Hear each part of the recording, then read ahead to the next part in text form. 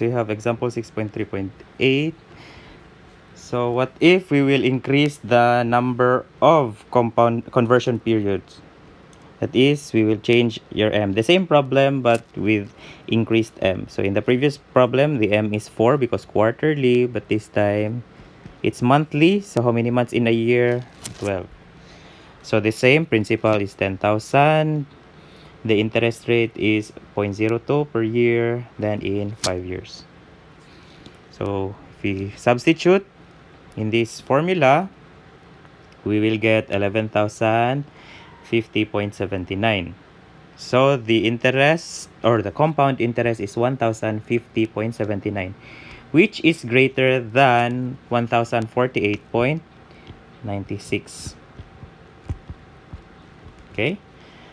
So it can be observed that as the frequency of conversion periods in a year increases, the larger the compound interest. And so is the compound amount. Because the more conversion, the more ka mag-gain. Daghag principal, new principal in every conversion. No? If mag-manual ka to compute your future value. Itong sa parehas sa tong introduction na problem. Next. Okay.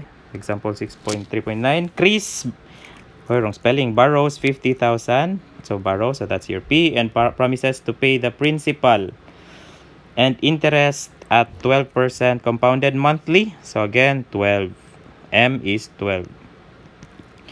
How much must he repay? So meaning your F or your future value after 6 years, your T. Okay. So use the formula. Okay, what is our formula? This one, future value formula. Then substitute 12%. So we have 0.12. Then our M is monthly, so 12. In 6 years, 12 times 6. So we will get 102,354.97 as the future value. It's very big because your interest rate is big, 12%. 12% is big. No? If you notice, sa mga banks, it's only, usually, it's below 0 point something percent. So this one is 12% man. Ang bank is mga point something. That is why mas gamay sila og increase or future value and interest. Okay. Next example, example 6.3.10. Find the present value of 50,000. So find the present value meaning we're asked to find P of 50,000. So this is your future value na. Due in 4 years. If the money invested is at 12%. So semi-annually meaning 2. M is 2. Semi man, diba? Semi. So twice lang gibahin ang 1 year. So F is 50,000. M is 2. I raised to M or I raised to 2 is 12%. And time is 4 years. So remember, this is our formula. We need to find P. So divide both sides by this expression para mag-cancel. And then substitute. Then use your calculator. You will arrive at 31,370.62. So meaning this is your principal amount or value or your present value. Okay. Next, what is the present value of 25,000? So again, we're asked to find P. This is the future value. This is the time, 2 years and 6 months. 6 months is 0.5 years, so we have 2.5 years. Okay. If the money is worth 10%, so this is now your rate. So I raised to M. Compounded quarterly, so meaning M is 4. So we have this as our given. I raised to 4 because M is 4.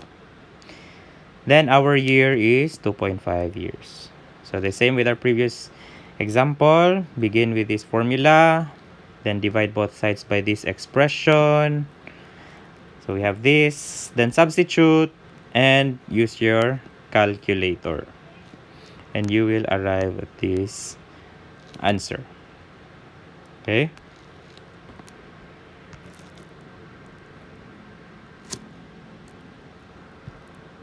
So we have our next example. Okay.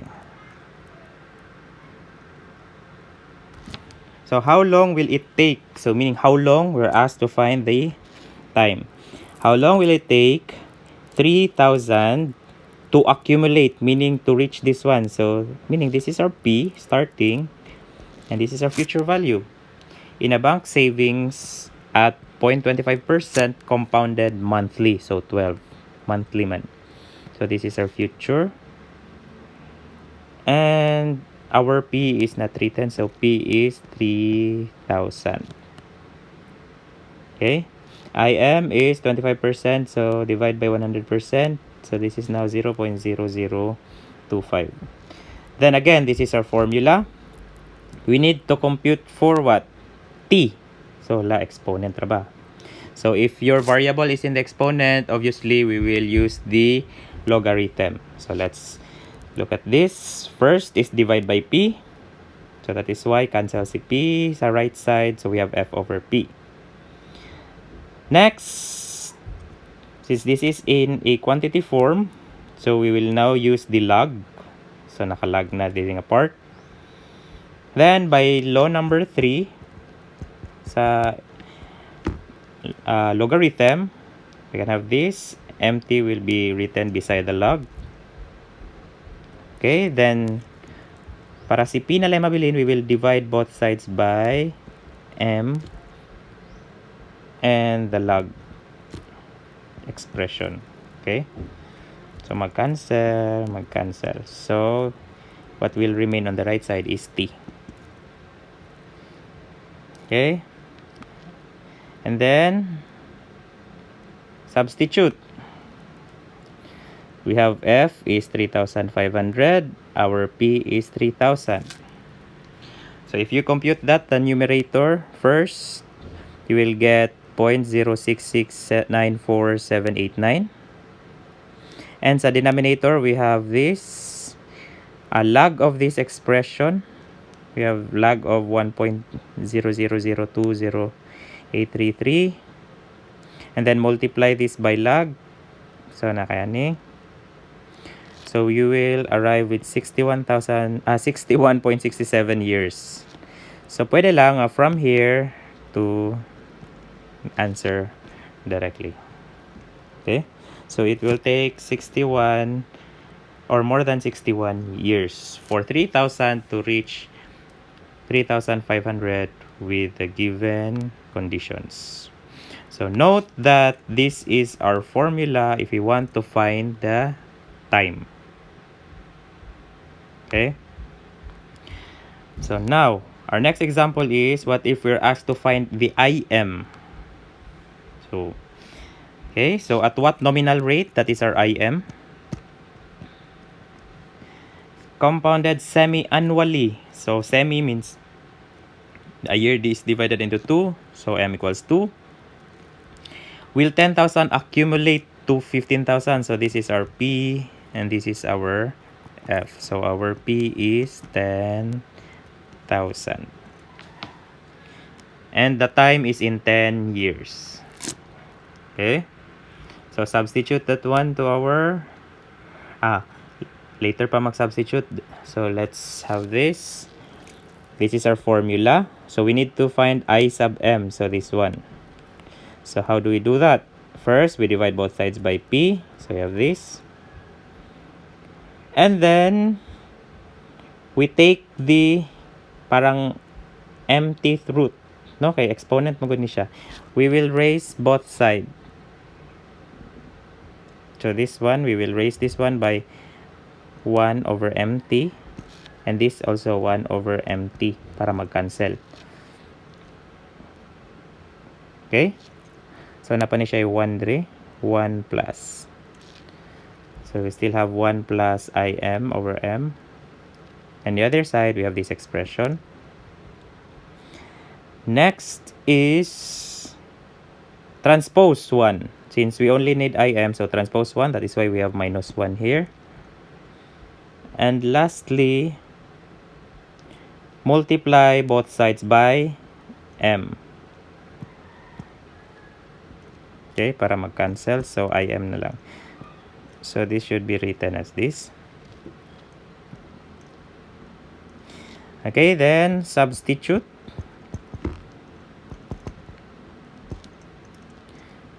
Substitute. And compute. So, from here, pwede lang directory. Okay, so examine that one sa inyong calculator. So, approximately 4.10%. And note that this is our equation in finding the nominal rate.